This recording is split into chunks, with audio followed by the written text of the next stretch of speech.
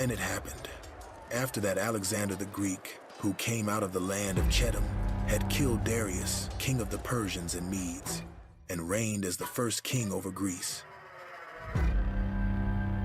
Before his death, he parted his kingdom between 4 generals, Lysimachus, Cassander, Seleucus, and Ptolemy. They all put crowns upon themselves, and evils were multiplied throughout the earth. And there came out of them a wicked ruler, Antiochus, surnamed Epiphanes. In those days, wicked men out of Israel persuaded others, saying, "Let us go and make a covenant with the heathen that are round about us. For since we departed from them, we have had much sorrow." And they forsook the holy covenant and joined themselves unto the heathens. As the kingdom was established before Antiochus, he thought to reign over Egypt, to have dominion over 2 realms. He made war against the Ptolemaic Empire, took the strong lands, and made great spoils thereof. After Antiochus destroyed Egypt, he set his eyes on Jerusalem. Antiochus came to Jerusalem with a great multitude, and entered proudly into the sanctuary, and took away the golden altar, and the candlestick of light, and all the vessels thereof. And when he had taken all away, having made a great massacre, therefore there was a great mourning in Israel, in every place where they were.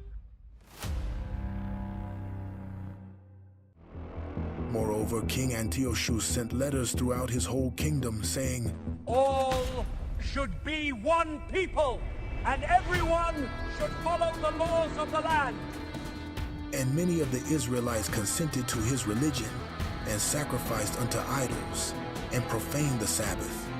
For the king had forbidden the daily sacrifices and burnt offerings, and wrote that they should pollute the sanctuary, and set up idols and sacrifice swine's flesh and unclean beasts, to the end that they might forget the law and change the ordinances.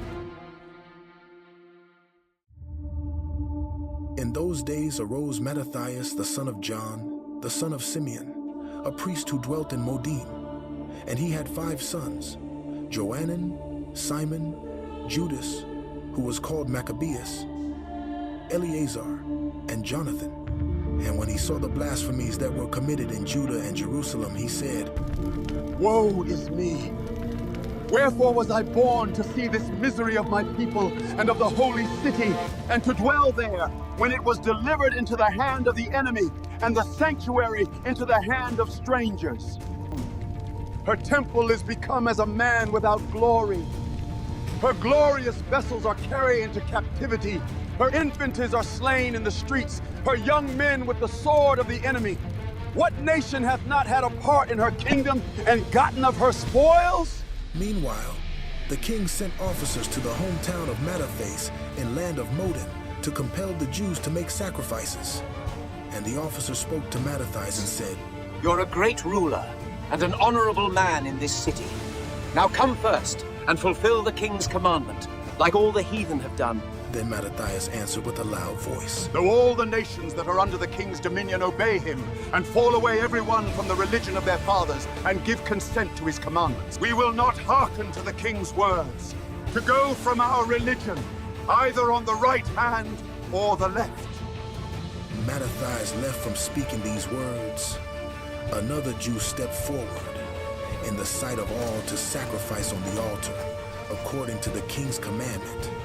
When Mattathias saw, he was inflamed with zeal, and his reins trembled, and he slew him upon the altar. Also, the king's officer and he pulled down the altar.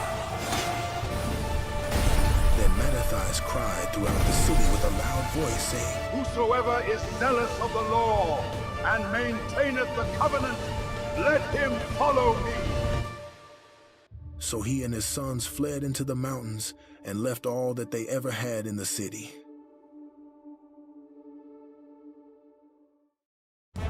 Under the leadership of Mattathias and his sons, a militant resistance rose up against the forces of the Seleucid Empire. They lead raids against their enemies and tore down altars to idols throughout the cities of Judea.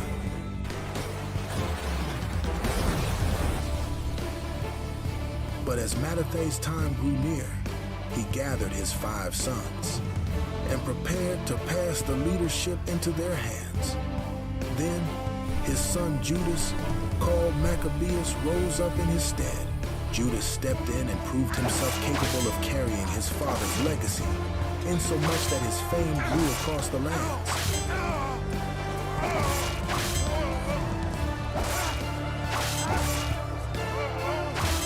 The wicked shrunk for fear of him, and more armies were sent against him, only to be broken. But the forces of Antiochus fell further into disarray. But Judas set his eyes on the greatest victory of all, the recovery and restoration of Jerusalem. Let us go up and cleanse and dedicate the sanctuary. The people were scattered, and the temple was left desolate and polluted with pagan decorations and overgrown weeds.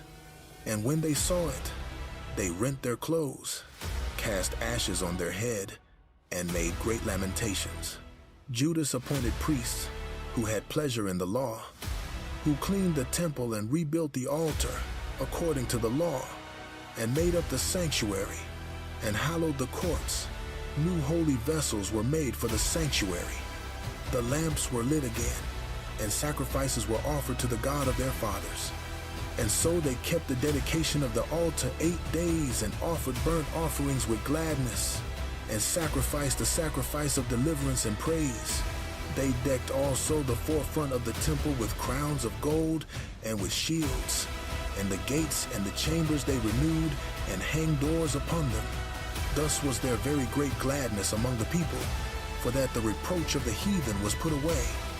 Moreover, Judas and his brethren with the whole congregation of Israel ordained that the days of the dedication of the altar should be kept in their season from year to year by the space of 8 days, from the 25th day of the month Caslu, with joy and gladness.